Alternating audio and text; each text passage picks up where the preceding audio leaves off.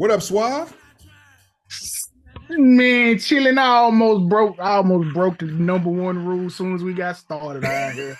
I'm At this knee. I'm so excited, and I just can't hide it. Look, that's a great start to my fantasy week. Um, yeah, it's it's a it's a peaceful day so far. Rain Dakota Prescott. Chill, chill, chill. So funny story, because me and old Rain, we've not seen eye to eye. Fantastic human being. Met him a couple times. Great human being. He should be a As a pencil foot pusher. Facts. As a football player, he and I have been at odds before because of certain things, mostly due to my fantasy league and different bragging rights and possibly even some financial situations. And Legal and illegal. You know what I'm talking about? I What can had you pay? I admit nothing. But just because of that, we haven't always had the greatest relationship, and I have not always spoken glowingly of him and his contributions. However, he handling his business right now. And here's the thing. And he's John Kitt and he's not only is he handling it, but he's standing on it too. standing on business. So okay, before I get to this. Standing on business has officially gone viral. So for those of you and those of us who created the culture on standing on business, you got about 6 months to do whatever you finna do with standing on business before it's done. I say it's about 90% of pencil pushers that never heard that term heard it here first. All I'm saying is once they start using it on Amazon, you got 6 months. It's gonna be a T-shirt on Themu.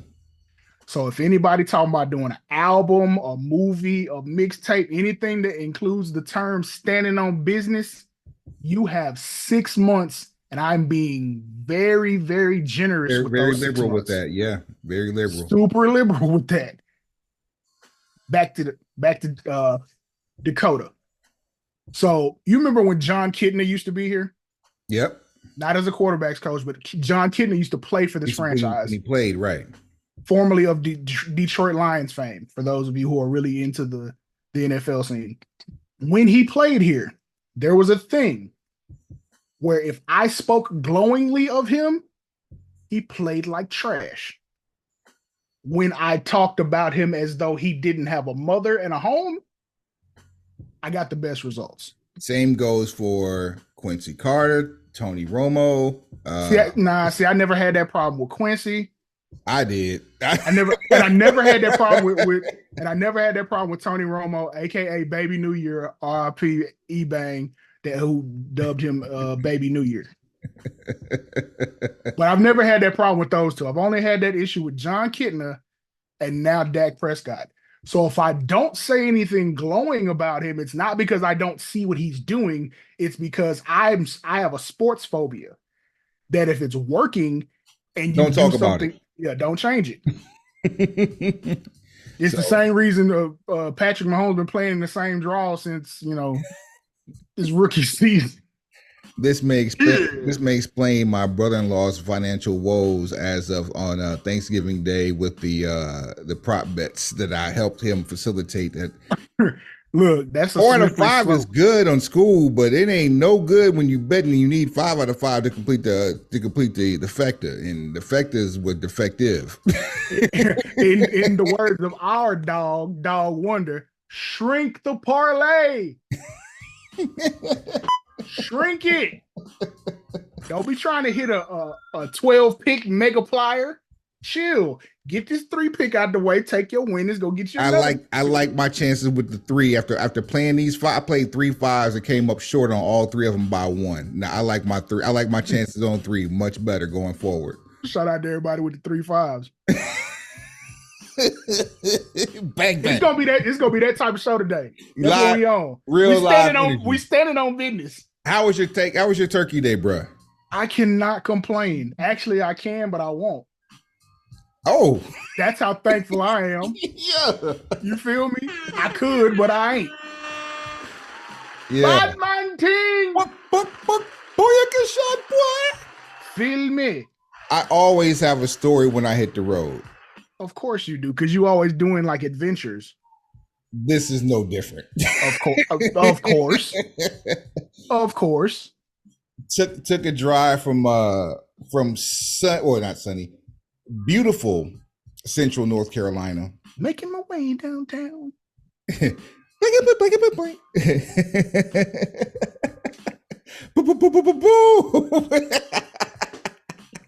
You knew exactly what I was thinking. Yo, so we ended up going down to Miami. My first time to Miami. Okay. And, welcome to Miami. And it was indeed a bienvenido a Miami. Mm-hmm. But of course, me being the professional driver that I have been for God knows how many years. You were bouncing in the club while the heat was on? Negative. That didn't happen. That let me get this ready. That didn't happen. Okay. All right. But I must first plot my gas stops. The family has to do biological brakes. The vehicle needs to get some consumption of some petroleum into its intake. Absolutely. Being the fact that I've lived in Texas for 15 plus years. Once a Texan, always a Texan. And the fact, because Texas. Right. Why wouldn't I stop at a Texas staple whenever I have the opportunity? What Texas staple would that be? Buc-ee's. Hey, man, that beaver is world class. Y'all can keep y'all nuggets. Them stale as corn puffs. Y'all be having. Please keep your nuggets. Whatever you do when you go outside, make sure to keep your nuggets. Now, what you talking about? What's wrong with the beaver nuggets? Nothing's wrong with them. It's just that once you have them, you don't need to go back and get them every time you stop at Buc-ee's. Oh yeah, it's not an every stop thing. Like, nah, it is not an every stop thing at all. There's one approximately, I'll call it 120 miles from here. Unless you're gonna eat them as cereal, and even then, that's what I'm saying. There's still corn puffs, like, and there's too much sodium. My sodium intake is mad low. Corn puffs could never, ever. For the record. But you throw them in some cereal, these jokers will stay crunchy for 4 days. With some milk. Yeah. The outer shell coating on a beaver nugget is reminiscent of a cold Krispy Kreme donut. Lord. And not even the kind that you get in the box that is pre-made, the ones that you buy that you let sit. Yeah. You bought it when the hot light came on, but you didn't eat them till 2 days later. The ones you find in the corporate microwave that you didn't think were touched, and you pull them out and realize that someone has just committed a crime. No, I don't want none of that. I digress. So, Florence, South Carolina, thank you. Daytona Beach, Florida, thank you. Because of the Buc-ee's in Florence, South Carolina, I was able to drive nonstop from Florence to Daytona, which is roughly 300 miles. Okay. Through Jacksonville, Duval. Did you stop off and go see Conos? I did not. And I got family there, and I couldn't even stop off and see them because they were leaving at 4:00 in the morning, and I didn't hit Jacksonville until 12:30 a.m. Could have told them all to meet you at Buc-ee's. We leave on the last leg of the trip from Daytona to Miami, which is about 4.5, 5 hours. And I get 20 minutes into that last leg of the drive, and I'm in the bulldog choke. Had to tap out. Right. Tag the wife in. I get about what felt like 5 minutes worth of sleep, and she wakes me up and says, "What is that big light to the left?" And because I'm in the passenger seat at this point, all I do is my dumb ass looks to the right, and all I see is like car lots and malls and whatnot. And I'm like, "What are you talking about?" Thanks. This episode has been brought to you by. What? That's okay. We can let that one slide. But my other left, the actual left, and I realized, like, my inner self was like, "Where are we?" And I'm like, "Is that Cape Canaveral? We got to be pretty close." And I pull it up, and sure enough, Cape Canaveral was like right off the highway, 15, 20 minutes to the east, right on the coast. And SpaceX had just launched a rocket. So I saw a rocket launch on my way driving to Miami. No Midnight Express. No, Jim Cornette, Dennis Condrey, be damned. Hey, don't forget Stan Lane. Don't leave out. Sweet Stan Lane, beautiful Bobby Eaton, may he rest in peace. And the gigolo Jimmy Del Rey, can't forget him either. Oh, well, hell, if you include Gigolo Jimmy Del Rey, then you got to shout out to Dr. Tom Pritchard. Yeah, I mean, like, you done merge Midnight Express and Heavenly Bodies. How about just all of Camp Cornette? So British Bulldog, Yokozuna, shout out to Clarence Mason. What's up, Mr. Fuji? We see you out here getting to it. You know what I'm saying? Like, if you gonna do it, just do it right. Owen Hart, because Owen was part of Camp Cornette. Since we getting it like this, are we getting that active? The whole roster of Smoky Mountain Wrestling. Shout out to Bullet Bob Armstrong. You know what I'm saying? Since we keep it a G out here. So if we're gonna go back to the original, we could talk about Randy Rose and Norval Austin. If we're gonna go back that far, but I'm just talking about the Midnight Express, though. Okay, all right. Shout out to Rick Rubin. So many of you who don't know, Rick Rubin was actually part of. He was an investor in Smoky Mountain Wrestling's short version. I got one for you. Okay. How about Bob Gunn and Bob Holly and Bart Gunn? Bombastic Bart was bombastic. Come on, Suave, get in your bag. Bodacious Bart and Bombastic Bob. Here, come on, man. New Midnight Express. You better tell them they can't see me when I get out here, man. I'm telepathic. And then we won't talk about the last one, which was beautiful Bobby Eaton and Ricky Nelson. But anyway, I digress. Indeed. Went to Little Havana and got me a boatload of hand rolled cigars because that's just what I do. But of course, because it's cigars for you and it's wings for me. I was forced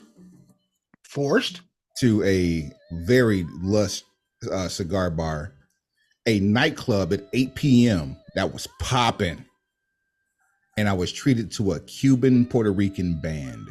Yes, both nationalities in the same band. Wow, that's a United Nations moment. Man, it was amazing.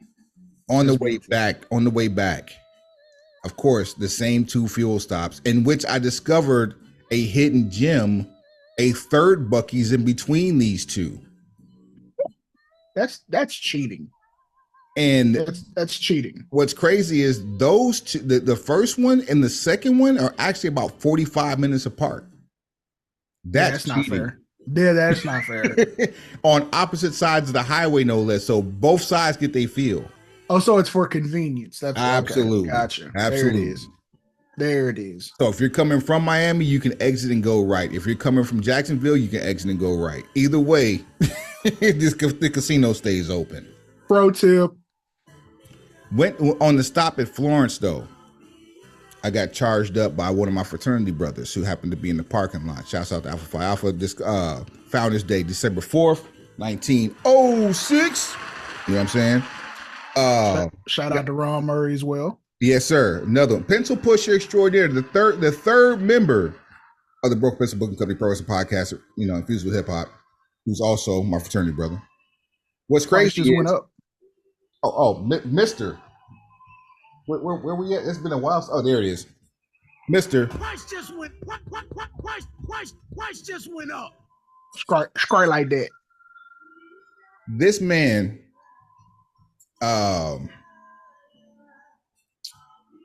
Brother Daryl Barksdale. Brother Barksdale is a educator. He's a principal in Harlem, New York City. Any kin to Avon? I really thought about asking him that. I'm just going to go on a limb and say it's some real ones out there that know exactly what I just did. Yeah. The rest of y'all ain't standing on business. Just understand that he had to drive through Baltimore, so there may be some truth to that rumor. And it was after, by the time he would have got through Baltimore, it would have been after midnight. So apropos. Mm-hmm.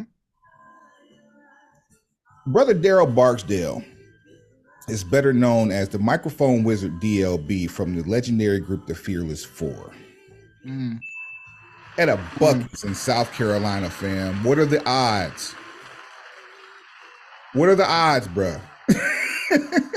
That's crazy. That's random. The definition of random. That's it. You can't have a hip hop show or a pro wrestling show that's infused with hip hop, with as much hip hop is infused in you and I, Suave, and not have hip hop moments happen.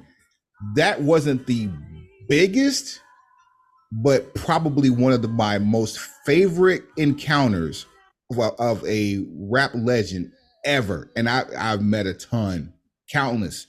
That the way. Shout out, Brother Barksdale. DLB, we got you, man. Pencil pusher, by the way. You know what I'm saying? He gang. Gang green now. Very cool. Food was amazing. You know, cigars amazing. Did you get your open faced Cuban sandwich while you were down there? No, too much pork. No, everybody had pork down there. Open faced Cuban traditionally has ham on it. Jamon. Not that guy. And we wanted one. We wanted to even take the pork off, but it's one of those things where, like, if you partake of the culture, you got to partake of the culture. You got to partake of the culture, and I'd rather shortchange my ability to have that experience than shortchange the experience. Hit the bell. Oh, hit the bell. You using words, sentences, bruh. Just I don't want you to change what it is just for me to say I did it. Noun, verb, adjective, adverb. Yeah. Participle up in your thing. Yeah. Anyway. Indeed. I just had to go on that. But through all that, we had a You Know Who Ain't Gonna Win the week before, episode 220, episode 221. We had another You Know Who Ain't Gonna Win. We had Survivor Series with no world championship match for the men, which was quite all right, because the story that everybody's talking about was the return of a legend, world champion. Mm-hmm. The man, he'd been around the world and back. He was missing for quite some time. We didn't know when he was going to pop up. The OG in the game. R-Truth came back, y'all. Ron Mother Killing. Charlotte, North Carolina zone showed up at Survivor Series and showed out. Shut up. OG back on set. Yeah. Understand this. Before anybody started counting the amount of times that R-Truth had won the 24/7 title, it happened here first. Right here. Right here. Irrefutable fact. Once we started counting, the world started counting. If you don't believe me, go reference Corey Graves. The first pod to really be out here giving R-Truth his flowers in real time. We let you know that there is a difference between R-Truth and Ron Killings and explain to you why. That happened here. That didn't happen across the street. That didn't happen outside a block over. Or right in this. Yeah. Outside and up in the simultaneously. No good rat bastard. You getting real close, Suave. Man, look, I'm getting. You're right. I am getting real close because I'm not liking the returns, but yes. Yeah. Oh, and speaking of returns, Random Orton showed out. Say, ain't nothing random about his workout regimen. Gains. Did you hear the story about his workout regimen? Did not. Apparently, because of how severe his back injury was, he had double fusion spinal surgery. Which explains God. You know about fusion, but double fusion spinal surgery. Those words together usually equal career killer. Yeah, that equals commentary desk. The irony of the legend killer having a career killer injury and then coming back in the greatest shape of damn near anyone we have ever seen following an 18-month absence. So you remember the video game WWE All Stars? Yep. You remember what Randy Orton looked like on WWE All Stars? It's how he looks like in real life. Yeah. I saw a meme going around that was showing. It's like, wow, dude really does look like a video game character. Kudos to you. And Danger 2, aka J, dramatic pause, BL. There you go. Has been he's been pistol pusher extraordinaire, by the way. He has been patterning his workout efforts after some of the ideals of Randy Orton, and it's showing. He's very little body fat, and he's actually slimming down to cut down on some of the excess muscle mass that he has too right now. So the fruit of my loins, if you will. Fruit of my loins. He is in phenomenal shape for a young scrapping. 23-year-old. Happy birthday, Jay. Yeah, forgot about that too. Yeah, he had this pass. Yes, sir. That said, his Randy Orton's workout regimen now is very little on the high amount of weight, more so low reps, the toning, high reps, low weight, but heavier on the cardio. Suave, answer me a question. Okay, shoot.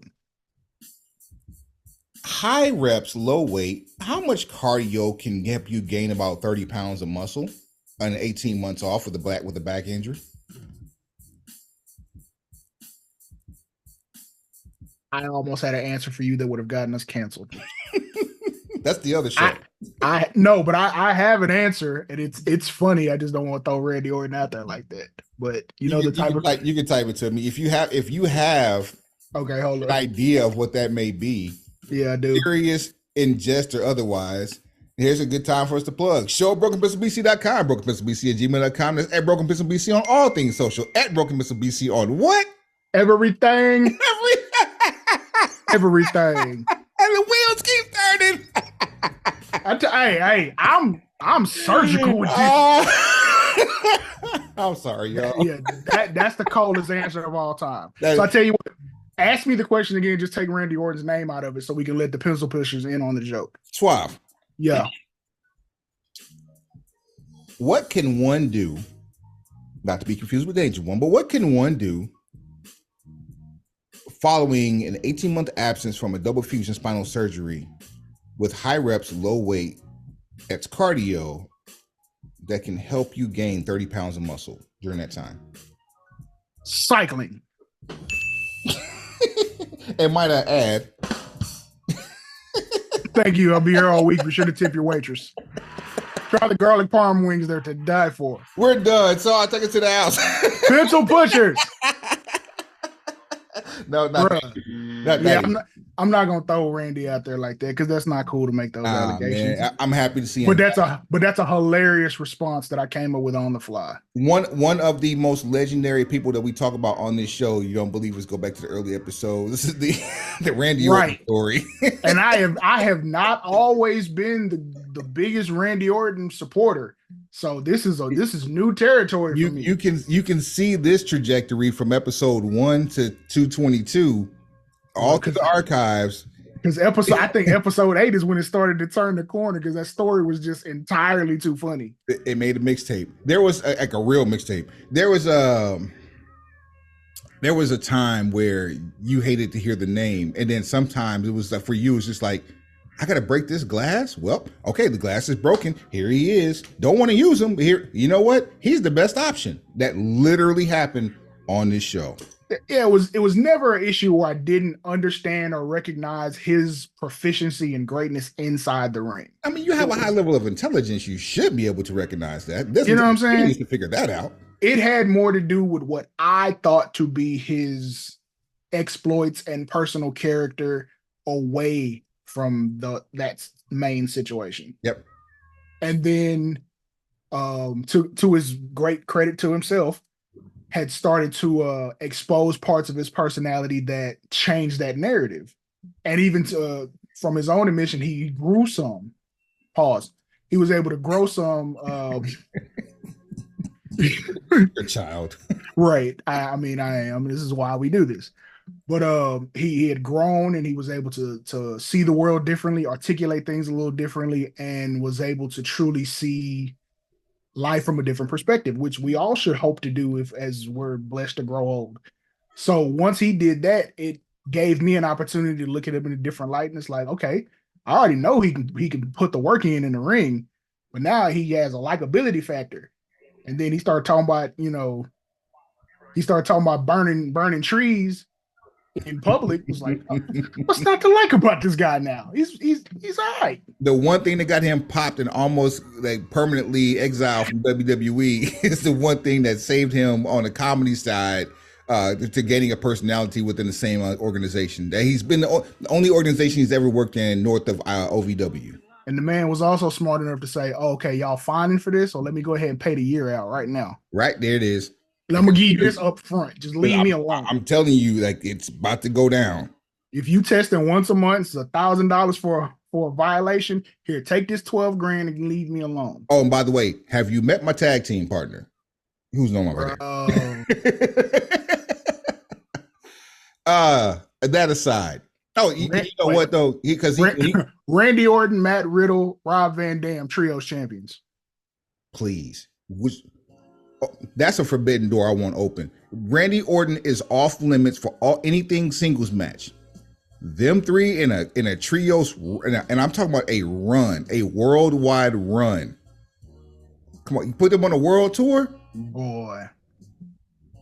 That's one of those that actually might never happen because each one of them got like stupid situations on either side.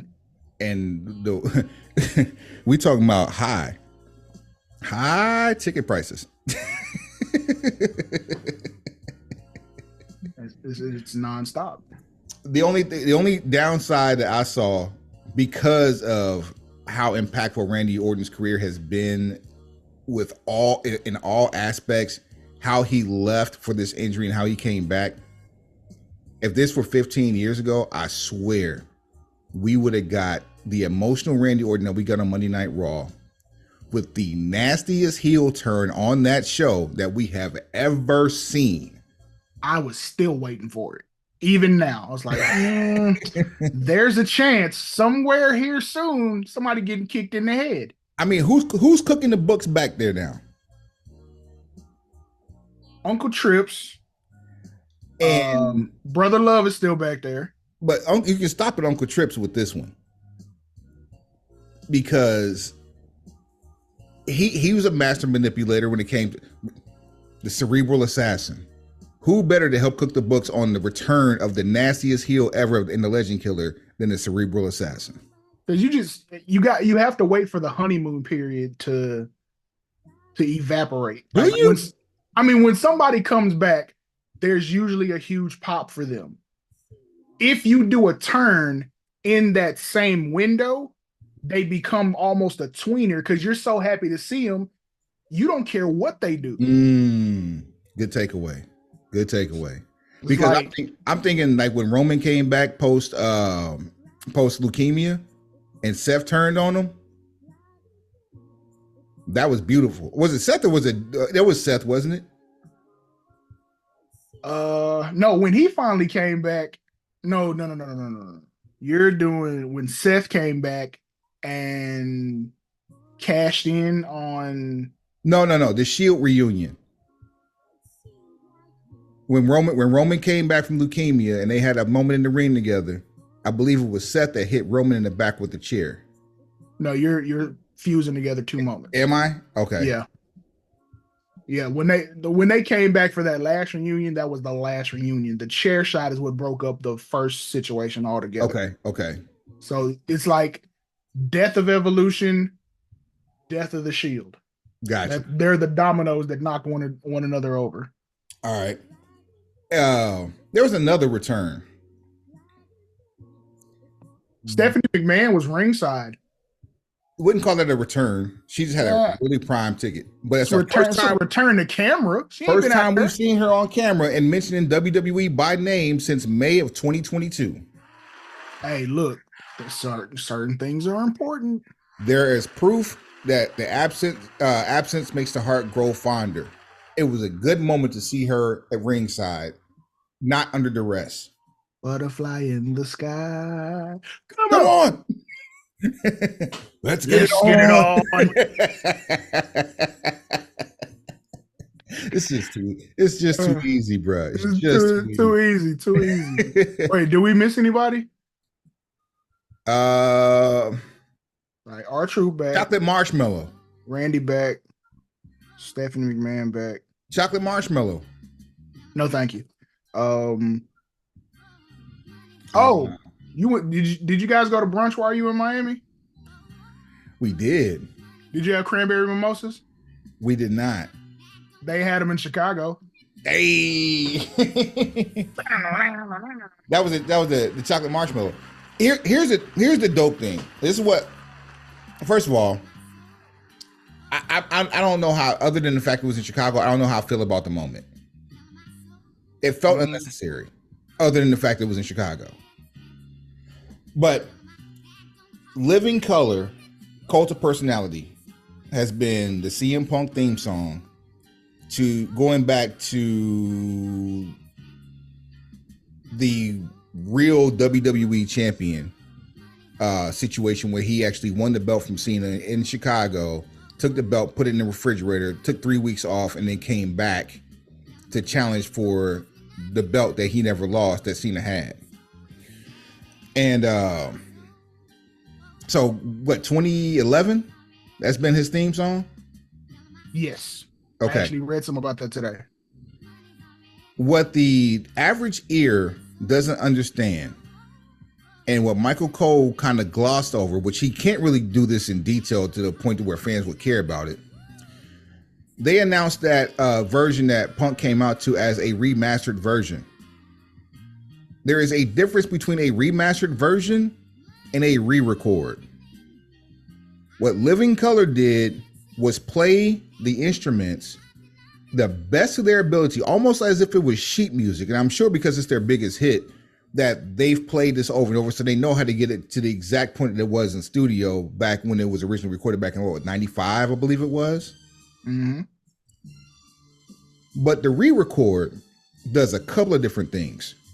One, it takes the publishing away from the record label who put it out and puts 100% of the publishing into the writers, producers, and composers of that work in the present day. That's number one. Number two, what it does is allow companies like, TKO Holdings, Endeavor, WWE. It allows them to procure the rights to these songs for a substantially lower amount than it would from dealing with the labels. Why? Go ahead. I would say, ironically, with more of that money going to the actual artist. Bingo. Less going to pay other people. Right. More going to the original artist. Love it. What that does for Living Color at this point is give them a bigger bag today than they got in 2011.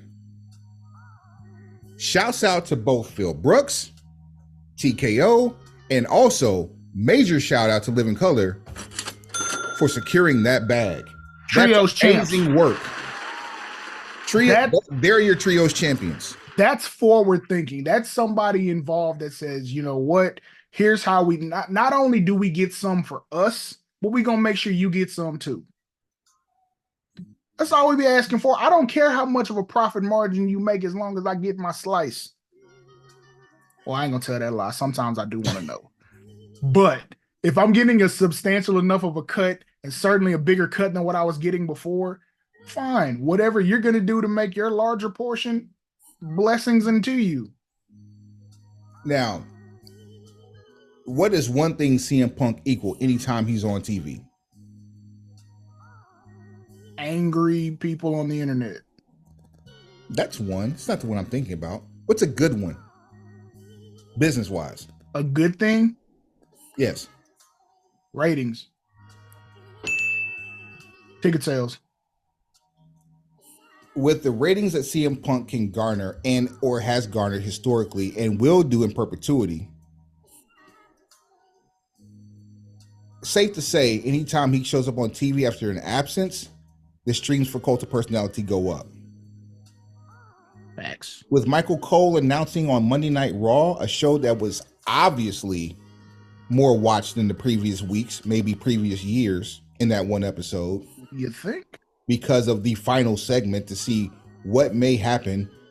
CM Punk with a live microphone was as impactful just was for the wait as Jim Cornette was at the Hall of Fame. And we just talked about this within the last 2 episodes. We did. But you have all this time to build up to CM Punk returning to WWE to see what he's going to say. And you're playing Cult of Personality. And you have Michael Cole announcing that it's a remaster of Cult of Personality. People are going to download this. Probably the people who represent the difference of the people who watched last week to the people who watched this week, especially being fans of both, are going to go listen to Cult of Personality. I dare say that song charted this week. I don't even have the evidence to see that, but I dare say that it did, simply off of what Michael Cole did and what CM Punk did coming back to the TV. And to piggyback off what you said, what makes this so brilliant is now this is the litmus test. You can see in real time how much influence WWE has on its ability to move traffic to garner streams in the music industry. So now their leverage when it comes to leveraging sync agreements with other artists in the future has just completely changed, because now you have, look, we have this guy, this remaster was released. They're like right next to each other. Remaster Friday, return Saturday, it's back on TV Monday. Whatever happens in that weekend, you can attribute to us. So now when you take that information and sit down at the table with the next record label or the next group of artists, this is what we can do. This is what it's worth. We're not paying this, we're paying that. Can you imagine what would have happened to music in the streaming game had WWE paid attention to what went on USA right after Monday Night Raw went off the air on Monday nights with farmclub.com? Had they taken those the WWE collaborations and pushed it to Farm Club for promotion, so people could go there and listen and be on the pioneer, be on the front end of a now worldwide, it's not even a phenomenon, it's a standard of streaming music to get paid? See, I can't fathom what the numbers would be, but I can imagine the idea taking place. And this is what we mean when we say you have to have the right people in the room. It's not necessarily that you have to have the urban demographic in the room, although we know unequivocally it helps. Absolutely. You need to have people who have forward thought and aren't trying to recover parts of the past, but they're trying to catch parts of the future before they get out. And if you don't know about the power of the urban demographic, why does 95% of the world know what hip hop is? Slap yourself. Meanwhile, on the South Side, enough game for you. too much game spilled in the first part of this episode. Like, come on. Oh man! Now, with the good, actually, no.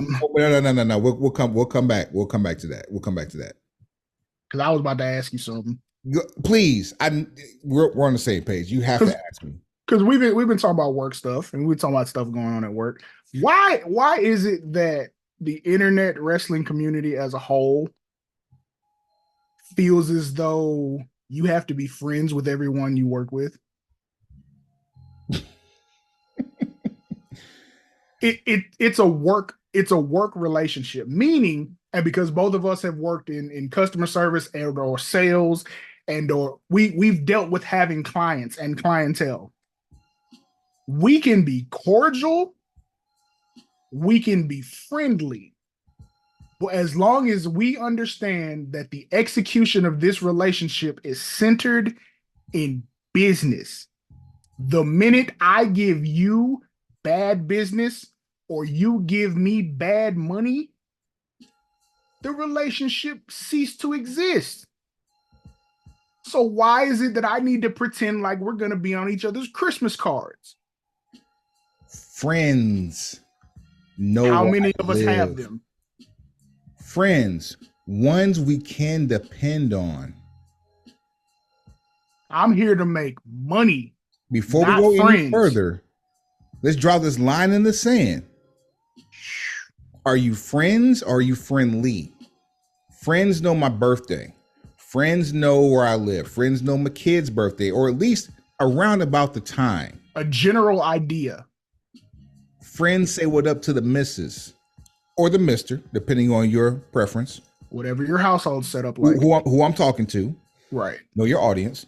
There's a lot of things that you know what friends don't do? What's that? Friends don't ask friends for money. Friends are usually offered money from their friends in times of need. And most of the time, friends try to turn it down, and so you have to offer it more than once. That's a conversation people ain't ready to have. Keep going. Friendly. Doing what your mama raised you to do. Hello. Yes, sir. No, sir. Yes, ma'am. No, ma'am. Manners. Handing over the cash versus slapping on the table or throwing it at somebody.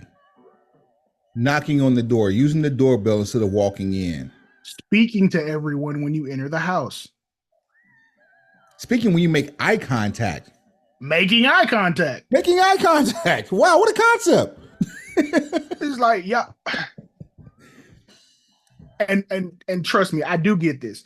When it comes to not even in a professional sport, just dealing with sports, period, and you're dealing with that camaraderie and that sense of brotherhood that you deal with when you play on a team with someone. Yes, it's true that you get closer as you go through different things together. But there's also times you play on a team with someone you can't stand. To where, look, once we put this uniform on. Rest in peace, Kobe Bryant. Shaquille O'Neal did it. Kobe. For the wrong reasons. Kobe. Admittedly. Tell me how much. Kobe. Tell me how much. Pause. Exactly. There's some, once you put the uniform on, it's like, all right, I got your back. As soon as you take the uniform off, get home safe, but yeah, move. What was the Ralph and Sam? Wolf and Sheepdog? Or Coyote and Sheepdog? Yeah, you clock out, dap them up. You clock in, right before you clock them in, you dap them up. We right back to the smoke. Tom and Jerry.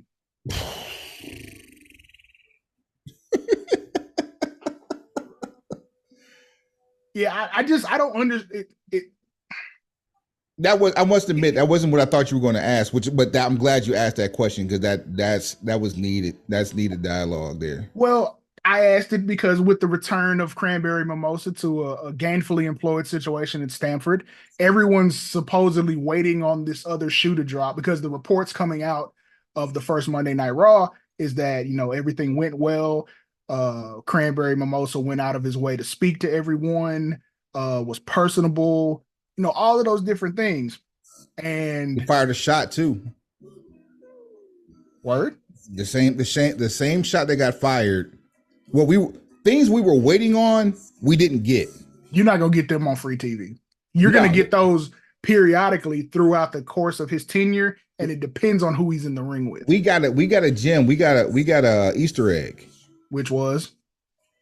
Remember after his exit from the UK, from All Out, and or was it All In? All In. Yeah. And the Block Control came out and made the circle around the ring with their arms expanded. Kinda. That's basically a CM Punk trademark. Right. Right after he said, "I'm here to make friends, not make money. I'm not here to make friends. I'm here to make money." Right after that, he got out the ring and did that. Oh, see, because they went to black. I didn't get to see that. Yeah, so he did that. But here's what people didn't see outside after that too, because you didn't see that. That's fine, because I mean there was a clip of him doing that, which was dope. Yeah, I don't typically go searching for extra raw content after 3 hours. It found me. You know how the internet works. Indeed. The dopest thing I'd seen in quite some time was a shot of him at the back of the ramp taking pictures with a fan, and he has the fan's phone, and he's taking a picture with the fan, and somebody's taking a picture of him taking this picture. In the background, you see what appears to be possibly a 75 to 90% empty arena. He stayed as long as he could on the floor. I did see that. I saw that pictures. Part. He would have never done that, and I'm saying never in air quotes. He would have never done that in Jacksonville. I think he reason to. I think he would have. Okay. I'm not going to put on a show or put the cape on for Cranberry Mimosa's personality because I've never met him. Cult. So I'm not going to put the cape on and be like, what type of person he is or he isn't. But I do know he's shrewd. So whether this new vigor for being involved in the system is for show or for real, is it real or is it Memorex? Mm-hmm. I think he knows what narrative to play. I think he knows what he has to do in order to repair as much of his image as he cares to repair.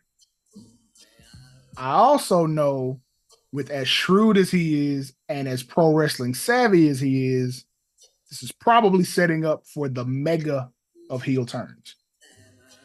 There's only one person. There's only one person who could help. One of the biggest ever. That's one thing. Mega lore belongs to one person that can help him do this. Okay, shoot. His name is Paul, and it's not Wise Man. Easter egg drop. He mentioned the Wise Man in his return promo.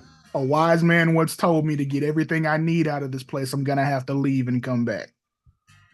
Turns out that wise man was right. There's only one wise man that they need to talk about in WWE. And this is the time where I can take to use this for my daily acknowledgement. Speaking of sidebar, just found out Jacob Fatu is taking on Alex Hammerstone. That's a fundraiser to keep the doors open. Woo! I need both of them dudes making money on Monday, Friday, or Wednesday. You got Jacob Fatu counting down months, and you have Alex Hammerstone that just can't wait for the day to say that I'm out. Bam. Look, I understand how both of them got into the situation that they're in. Because look, when they signed those new deals, we were in a very uncertain time. It was rocky. It was very rocky. So taking the for show money over no money was always going to be the move. They got I would like to think, because of the TV deal that they had in place at the time, that they got a nice little bump because they're considered at the upper echelon of what MLW has to offer. Hopefully they got the B2K treatment. And they're top tier talent. Period. Facts. Both of them could be making a significant impact on other nights of the week. No pun intended. Shout out to the new old TNA. Yeah. And oh man, talk about a heartbreaker. That doesn't mean that business can't be done, but Will Ospreay shows up at and I think we talked about this. He shows up after at Full Gear and signs a contract. No, it wasn't Full Gear. It was Dynamite, where he announced he signed a contract with AEW, and everybody was expecting him to sign with TNA come February. He still has some time left on the New Japan deal, so he may go back to take on Josh Alexander in TNA in February. However, that's a huge miss that they weren't able to secure him. Great on Will Ospreay, and he's young enough to have time to go experience the world in totality. But TNA they're still suffering from to get an identity behind outside of Eric Young. I mean, I get it. But look at it like this. Of the three options, which one was going to give you the most money and the most flexibility? Easily. While Impact, I'm sure would still let you go work certain dates for New Japan and maybe occasionally appear on Dynamite for some sort of a swap. You know, Kanos is all about the cross promotion. So Kano's gonna let you work Mexico. He gonna let you do something in Impact because he gonna get maybe some TV time back out of it. He gonna let you go back to Christian Japan. Cage, in the middle of a feud, won the Impact World Championship while with AEW and defended it on AEW television. That can only happen when someone named Tony Khan is involved. That stuff, like the promoters that tried to get back at Vince for running them out of business didn't do that. Super Clash wasn't that. Super Clash was supposed to be that and couldn't be that because too many penises pissing on the floor at the same time. Bing bong. So if it's a bag to be made, and at the end of the day, we're not trying to make friends, trying to make money. Take what gives you the most flexibility. And because Will Ospreay's age, he's going to have an opportunity to come back to the table again. It's just like the same thing with an NFL quarterback. Okay, we started off the show talking about Dak Prescott. Same. Played his rookie deal out, bet on himself, got hurt, came back, bet on himself again, got the $40 million a year. He's young enough that he's about to go back to the table again, whether it be with this team or another one. I'll tell you right now, if he wears jewelry, you pay him whatever you owe him. If he don't put you no ring on layaway, you got to be like Beyonce in these streets. Because I guarantee you, if he don't get a ring, he's gonna get a bigger bag. He getting a bigger bag no matter what. You would like to think that if you put all of this energy into this relationship, you can get a ring out of it. There are only 3 markets that's going to be able to afford him outside of Dallas: New York, LA, San Francisco. That's it. And if you really want to throw one in the air, Vegas, only because their market cap is about to go up. Vegas would do it. San Francisco can't afford it with the defense they have. Both New York teams absolutely would, except the one in green, it still has something they're trying to figure out with the one they paid for. All right, question time. Run it.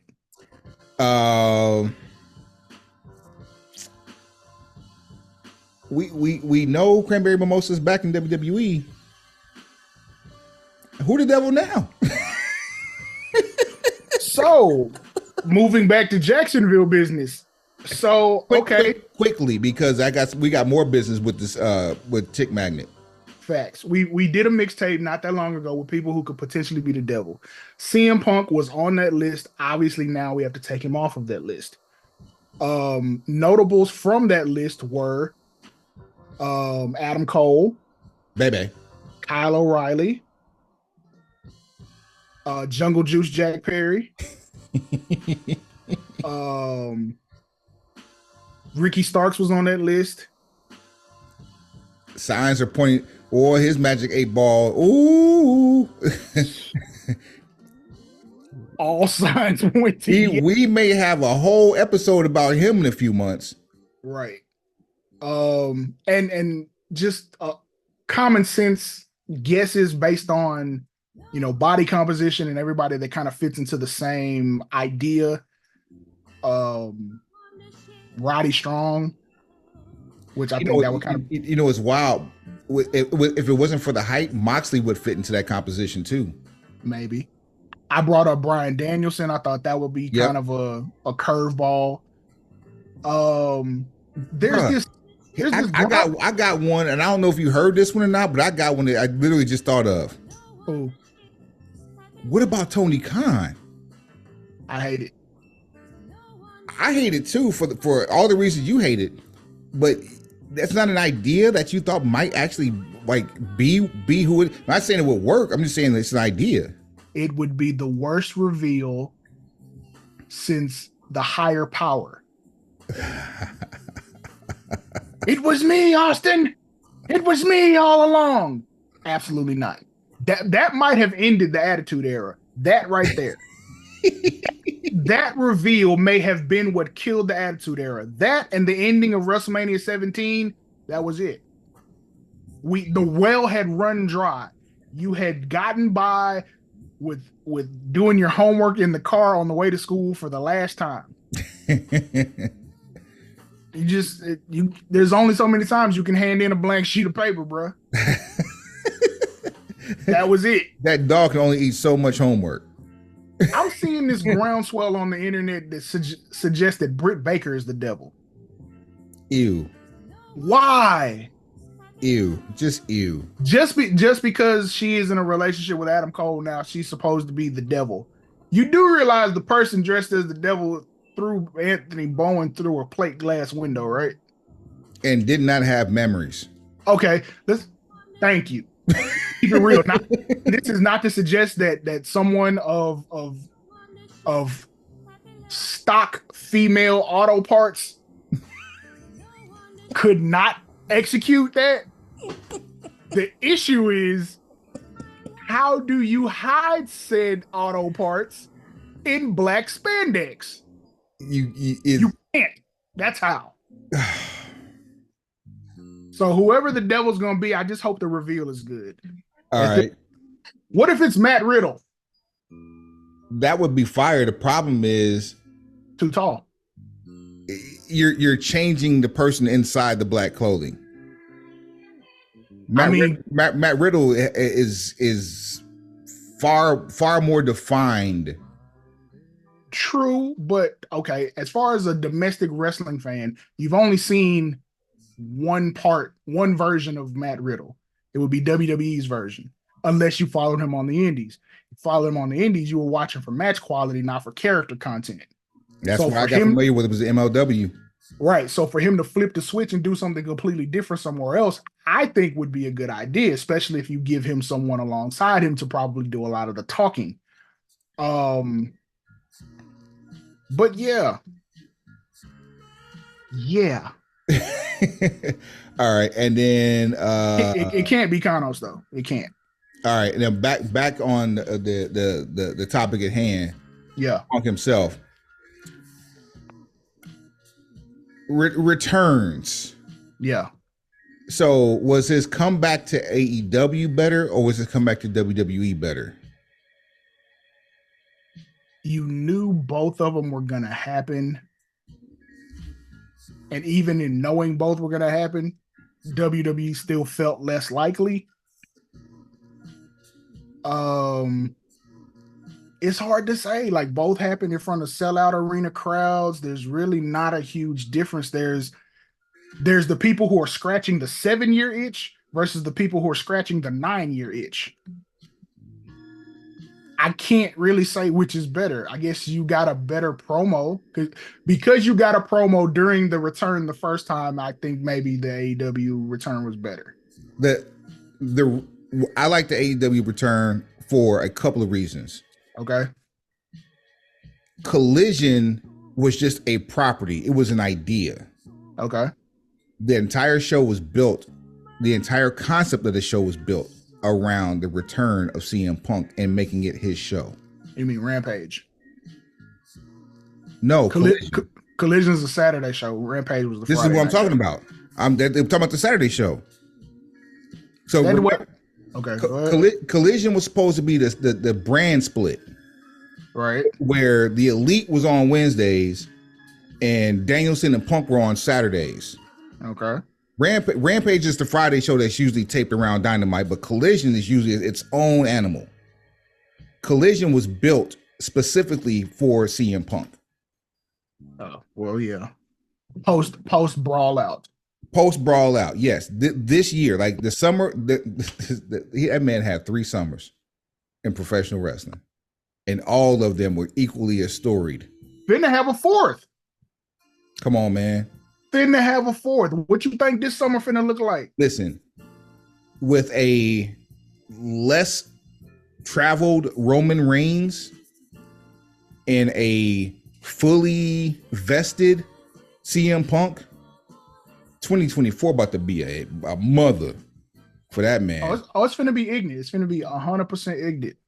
And then you got a whole new cast of people that you can put on in singles main events with CM Punk. Jey Uso tops that list. Cody Rhodes tops that list. Keep going. We can go and make a mixtape with that. Oh, wait, main events for CM Punk? Of course. CM Punk versus Randy Orton, CM Punk versus Jey Uso, CM Punk versus Cody Rhodes, CM Punk versus Roman Reigns. We already know we're going to get CM Punk versus Seth Rollins, and more than likely we're going to get that in Filthy. You know the one that they're talking about that finally getting done? CM Punk versus Stone Cold Steve Austin. Wow. The match that 2K built but never delivered. Wow. Yeah, that's a video game match if there ever was one. Would you want to see that match built, or would you want to see that match happen at a major event? Why? What's stopping me from getting both? Ooh. I just be wanting to know stuff like how is it that we don't get both? How do you not build it and then do it at a major event? No. What I'm saying by that, like, do you want to see this build over a matter of like a month or two, or do you want to see this like happen organically while at a show like Mania or SummerSlam or Royal Rumble? And I'm using those three because those three usually have the biggest venues domestically. One, I think there's only really one place you can do this. Well, I take that back. You can do it wherever because at this point, a ticket is a ticket. A PLE is a PLE. Facts. As long as we can put people in the building, that's all that matters at the end of the day. There's a built-in story. I don't think you need a month's worth of television to make this happen. Like, I do feel like, you put the vignettes together, you have some promos cut, but these two names are large enough and have a long enough history for people who've been watching wrestling to where you don't necessarily have to sell me on the idea that this should happen. You just have to name a time, a place, and get me there. Both of these names have transcended into pop culture. And what's crazy is CM Punk has only been a professional wrestler and an MMA fighter for a cup of coffee. But his work on heels is actually being positively touted, and it should be, because he did a good job on heels. Right. So like I said, I don't need. I guess when you say, I would have to have a better definition and understanding of what you mean by build over a month or two, because. Okay, a la WrestleMania season or the road to WrestleMania. Okay. Day after, the Raw after the Rumble. Okay.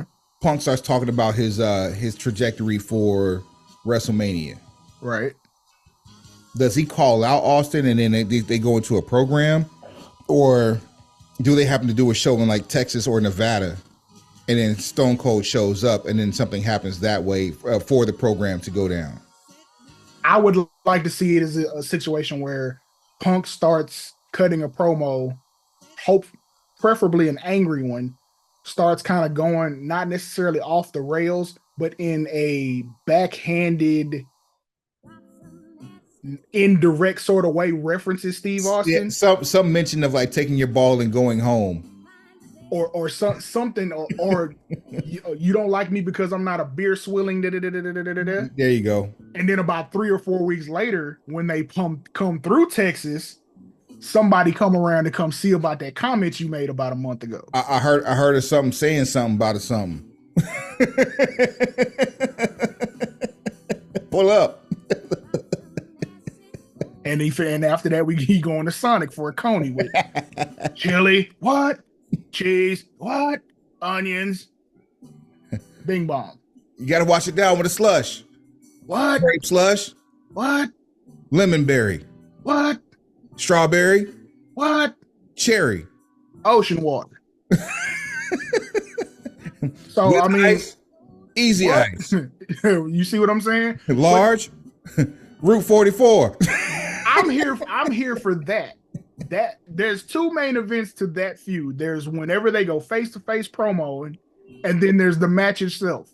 It's the only things I need. Okay, all right. Everything they needed to back when they did the 2K interview. Like, that's enough by itself. Here's another one, Suave. Okay. Bar for bar, who do you want Punk to get in the ring with? Bar for bar. Bar for bar. So right now. I don't Who in WWE? Roman for one. Roman's at the top of that list. I mean, that's about it. And Orton's good. I mean, but we've seen that before with them. Orton's good because Orton will tell the truth. It's not necessarily his delivery style, because even you can see that on Monday, like he was excited. Yeah, it was real life energy, and he was excited, so that made you. He actually cried, yo. That warmed my heart, man. And that's why I wanted. That's why I wanted to turn right there more than anything, is the fact that he literally broke down climbing those ropes. Like, you get soft on me in your old age. Pause. You go kick somebody in the head, man. You know what I'm saying? Hurry up. Go hurt Wade Barrett. Send him home for a week or two. I'd like to hear him and Cena go back through the motions again, now that they're both in different places in their life. Of course, Roman's at that top of that list. They got the same gripes with each other too, right now. You feel me? I'd kind of want to hear him and Rock have a conversation. Ooh. I don't have great faith in whatever is going to happen with Seth. I don't. Even though because I know what Seth's promo style is like. I got so many questions, not enough answers. Do you think that Jey Uso referencing The Rock in his matches now is a call, like throwing up the bat signal? I mean, that may be a way we end up getting a Punk versus Rock impromptu promo. In the bottom of the fourth? I think it's still the top, to be honest with you. Well, with whatever your preference may be. Either way, long game, bro. We got innings 5 through 9 to get through, so I mean, we got things to play with. Pause. Hey yo, don't ever disrespect me. You want to hold some of this for next week? Let's get one. We can get one more of these. Okay. Before we started recording, you and I were talking about Drew down. Can you feel me? The trajectory of Drew McIntyre. Yeah. And he has comparisons to one legend who was legendary, and another one who's a contemporary legend. In terms of things that have happened to him over the career that put them in a position where he's at right now, and what we can see from him in the future. Boom. Let me set the table on this. Drew, the new Royal Rumble poster is out. There is a face that is obviously missing. Drew McIntyre's face is not on the poster anywhere, with all the talent that's available. And then you can see it. It's out online. He tweets about it. Says something to the effect of basically, now do you understand why I'm so upset? That post is shared on Instagram with a picture of the poster as well. By who? WWE on Fox. Which immediately let me know some things that otherwise would have come into question. Drew's job security for me is no longer in question. I feel like this is, Mega Drew loading. I agree with the Mega Drew loading part. I respectfully disagree. Okay. This gives me all the reason to believe that Drew can go on a warpath and go, like he went the Scottish psychopath. He can go completely the F8S on any and everybody, including the Judgment Day, until his what could be his pending departure. We don't know if a bag was secured, if a contract was re-signed with him or not. We don't even know. We know how contracts were written, or how they're written has changed over the last couple of years as it relates to securing a bigger bag, but releasing things like merchandise sales and royalties. Mm-hmm. So you have more guaranteed money, but less guaranteed frills. PLE bonuses are allegedly a thing of the past, things of that nature. So I'm reminded in this as going back to people like, namely one, Sid Vicious. Psycho Sid for you WWE nuts, but Sid Vicious was a territory mega heel. And very rarely, if ever, was he cheered in the territory game. The first time I ever remember seeing him ever cheered was in WWE as Sid Justice. But when he became Psycho Sid, he was back to that nonsense.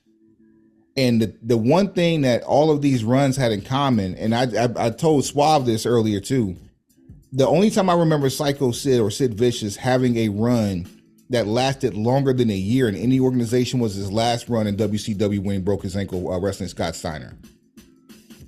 And before that, it was usually like 3 months here, 9 months here, 6 months there, 7 months here on like some talent trade or, show face, go around, collect a bag and then come back home to Memphis. Because Sid loves three things: wrecking cars, softball, and marijuana. I was not aware of his love for marijuana. I did know. Yeah. I did know that he loves softball. Even though I know he's wrecked a few vehicles, I wasn't so sure that he was in love with that concept. I can remove that from the equation, but softball and marijuana are two things that Sid Vicious absolutely is a fan of. Softball and marijuana. The Drew Sid comparison is still something that has to resonate in my spirit. I still ain't accepted that yet. But here's something else too about that whole comparison, and this is just like a sidebar. Physique wise, Drew McIntyre has grown up to become Sid Vicious. Sid Vicious was what, 6'7", 6'8", almost 300 pounds. I would have never imagined in 2009 looking at Drew McIntyre as being the chosen one from Vince McMahon that in 2023 he would be almost 300 pounds. If you chop the head off of Drew McIntyre, you have Sid Vicious in 1994. Which all the more reason to say, why would you let that guy walk? Because he's tasted the other side. A lot of people have. a lot of people haven't had the opportunity to leave WWE, whether it be on their own regard or whether it be because you were asked to go. But he was able to go carve a name for himself, a la Drew Galloway, government name, in Impact, WXW.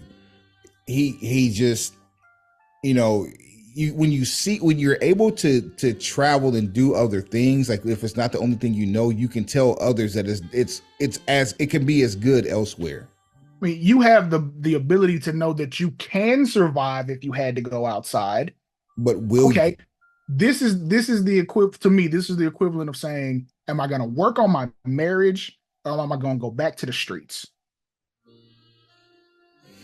Is the bag you got at home enough to work on and work for, or are you finna go back outside knowing what outside looks like right now? You calling this man's wife a bag? It's about how you view the term bag.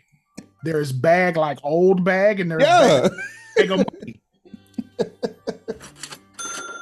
Which one you going to bed with?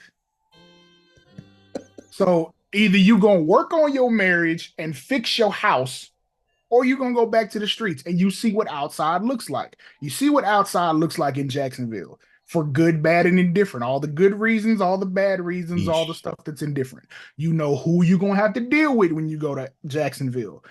There's a level of structure that doesn't exist anywhere except for Jacksonville. I tell you what he ain't gonna deal with. What's that? Exactly. False accusations. I'm sorry if I'm Drew McIntyre, Galloway, or down. I'm not putting up with or putting over the color. For those of you who don't know which color, if you mix white and red, what do you get? Actually, you get pink. So no, yeah, let's say Cameron. That's funny. That is funny. White and yellow. But either way, we're not putting over any fruit. I'm carrying the one. Go ahead. Exactly. Yeah, I got my color theory wrong. That's probably because I'm, all over the place. However, It's certain things. Look, we understand, and the Jacksonville fan base, they'll curse Drew while he's on WWE TV, but as soon as he showed up in Jacksonville, it'd be great. Oh AEW yeah, it'd is be great because we amazing. got Drew. But what happens when Drew say I ain't doing it? You try to trot him out there on a Wednesday to put over one of your favorites, and he say, "Nah, I ain't doing it." Oh, and by the way, there's this black bag that's got some shards in it.